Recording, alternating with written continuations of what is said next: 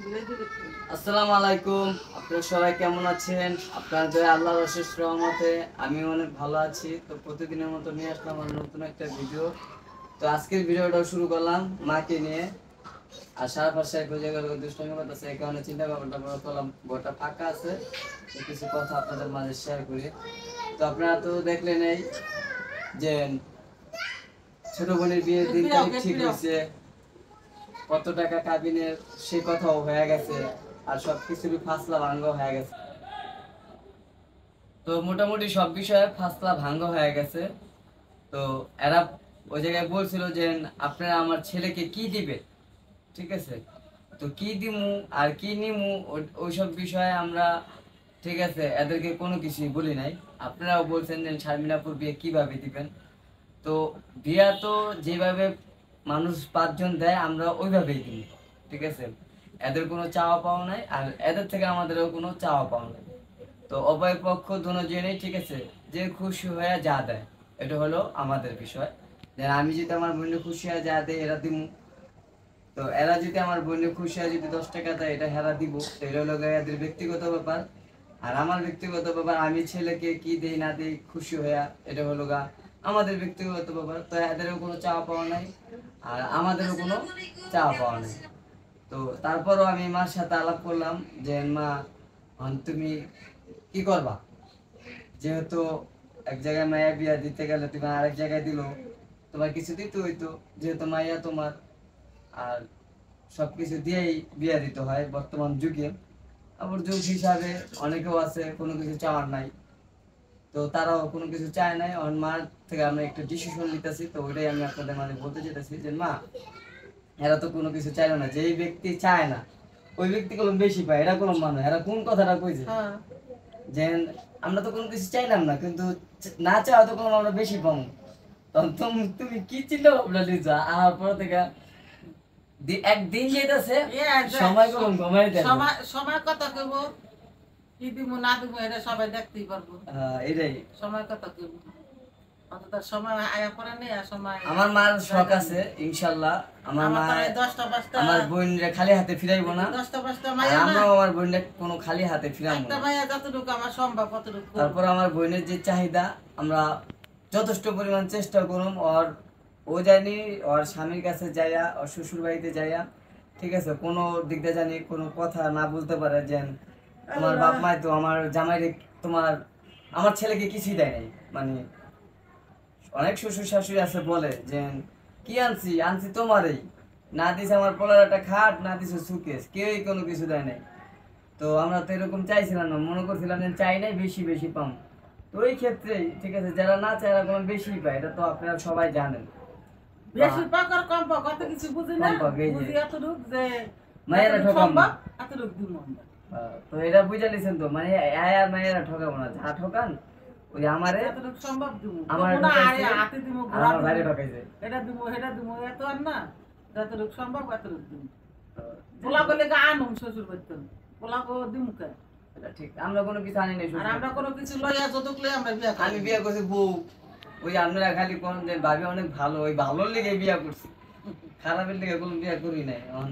ওরকম মেয়ে আমার বউকে যেরকম ভালো জানেন, আমার বউ পরের বাড়ি সদাই সদাই আমি সদাই ভালো হলে সব ভালো, পরের বাড়ির জিনিসটা কি করব? তো আমার আল্লাহ কম দিছি, যা দিছে আলহামদুলিল্লাহ। আল্লাহ আর দিল হালাই না, না দিল আনকার নেই। মার কথা এখন আপনাদের মাঝে বলবে না মা কি দিবে, কিন্তু আমরাও না বলি, ঠিক আছে, দিমু। জামাই যতটুকু প্রাপ্ত জামাই ওটা পাবে, আমার বোন যতটুকু প্রাপ্ত ওটা আমার বোন পাবে, এটা হলো মার কথা। কিন্তু ওটা যেসুম দিমু ওই সময় আপনাদের মাঝে দেখাইবো, এর আগে আমার মা কোনো কিছু দেখাইবো না। কারণ একটা কথা আছে, যদি আমি আগেই বইলা দিই যে আমি দিমু, হ্যাঁ, যে কোনো সময় একটা দুর্ঘটনা ঘটে গেলে যদি না মা যদি না পারে, মানুষের আপদ বিপদের কথা বলা যায় না, এই ক্ষেত্রে মা হলো বলতেছে না যে মানুষের হায়াত মৌত, ঠিক আছে, বলা যায় না, বিপদ আপদ বইলা আসে না। তো যে কোনো সময়, ঠিক আছে, যদি একটা কথা দিয়ে দেয় ওই কথাটা যদি না রাখতে পারে তোর একটা কষ্ট, ঠিক আছে, আর সারা জীবন মনে করে যে মানুষ বলবে। তো এই কারণে এদেরকে আমরা কোনো কথা দিয়ে আসি না যে আমরা এটা দিব। কারণ কি দেওয়ার কথা দেয় না, আমরা কইছি যে আমরা যা পাবো তাই দিব, 10 টাকা পারে আর 5 টাকা পারে, এটা হলো মার কথা। আর এদেরকে আমরা এটাই বলছি, এটা থেকে অন্য কিছু বলি নাই। তো এই কারণে আপনারা অনেকেই কইছেন যে সামনেপুর বিয়েতে ভাইয়া আপনারা কি দিবেন, কি দিবেন, কি দিব, ওটা তো পরের বিষয়। যে বিয়া যে সময় হইব ওই সময় আপনারা দেখবেন, আর যে সময় দিব ওই সময় দেখবেন যে কে কি দেয়।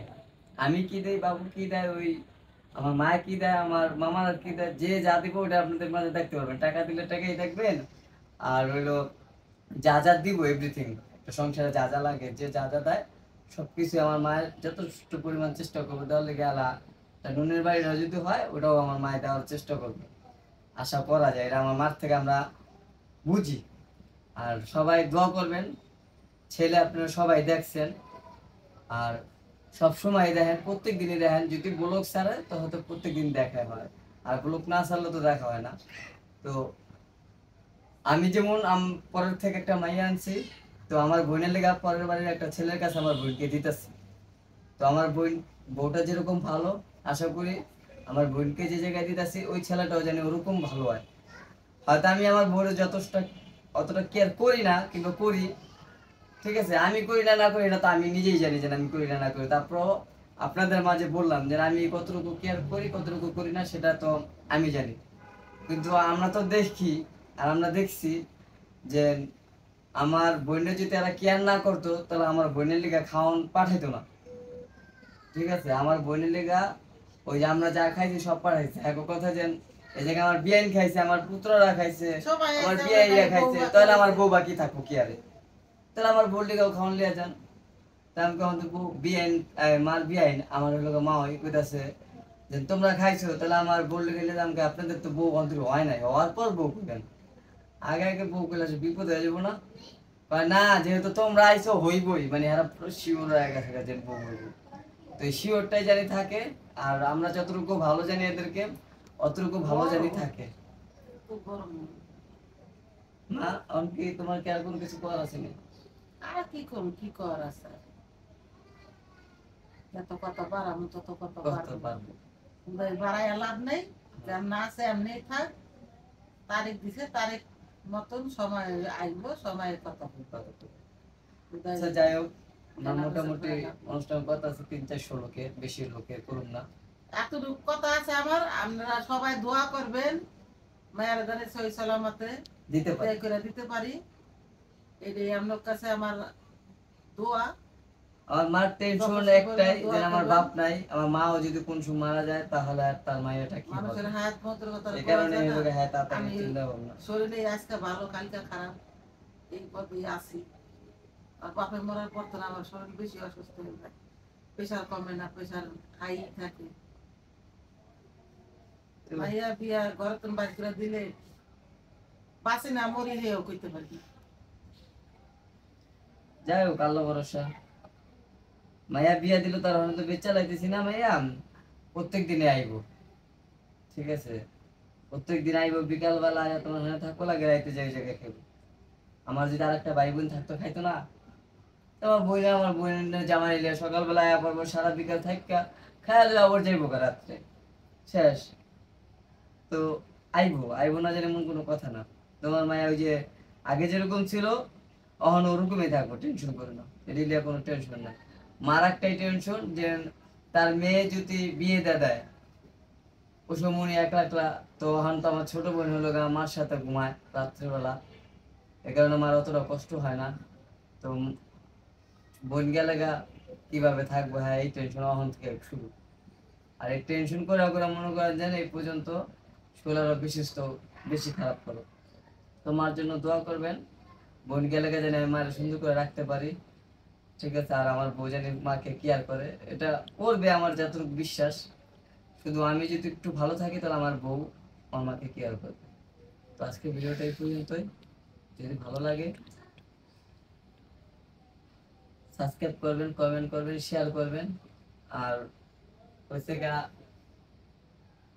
বইনও ইমোশনাল হয়ে গেছে ক্যামেরার পিছনে, আমি নিজে ইমোশনাল হয়ে গেছি, কিন্তু আমি এটা প্রকাশ করতে চাচ্ছি না। আসলে ছেলে মানুষের বুক ফাটে তো মুখ ফুটে না, এটা আপনারা সবাই জানেন, ঠিক আছে। তো ভিতরে আমার কিরকম লাগতেছে সেটা আমি আপনাদেরকে বলেও বুঝাইতে পারবো না, কিন্তু আর মুখও ওরকম করে আমি কয়েও বুঝাইতে পারবো না। কিন্তু এগুলো তো দেখা যায়, ছেলে মানুষটা দেখা যায় না, যার হয় একমাত্র ও নিজেই বুঝে যে তার কষ্ট কতটুকু। তো এই কারণে মনে করলেন যে কিছু বলার নাই আপনাদেরকে। আর আশা করি যে বিয়েটা সবাই দোয়া করবেন যেন ঠিকঠাক মতন ছোট বোনের বিয়েটা দিতে পারি ইনশাল্লাহ। আর যদি ভালো লাগে অবশ্যই সাবস্ক্রাইব করবেন, কমেন্ট করবেন, শেয়ার করবেন। আল্লাহ হাফেজ।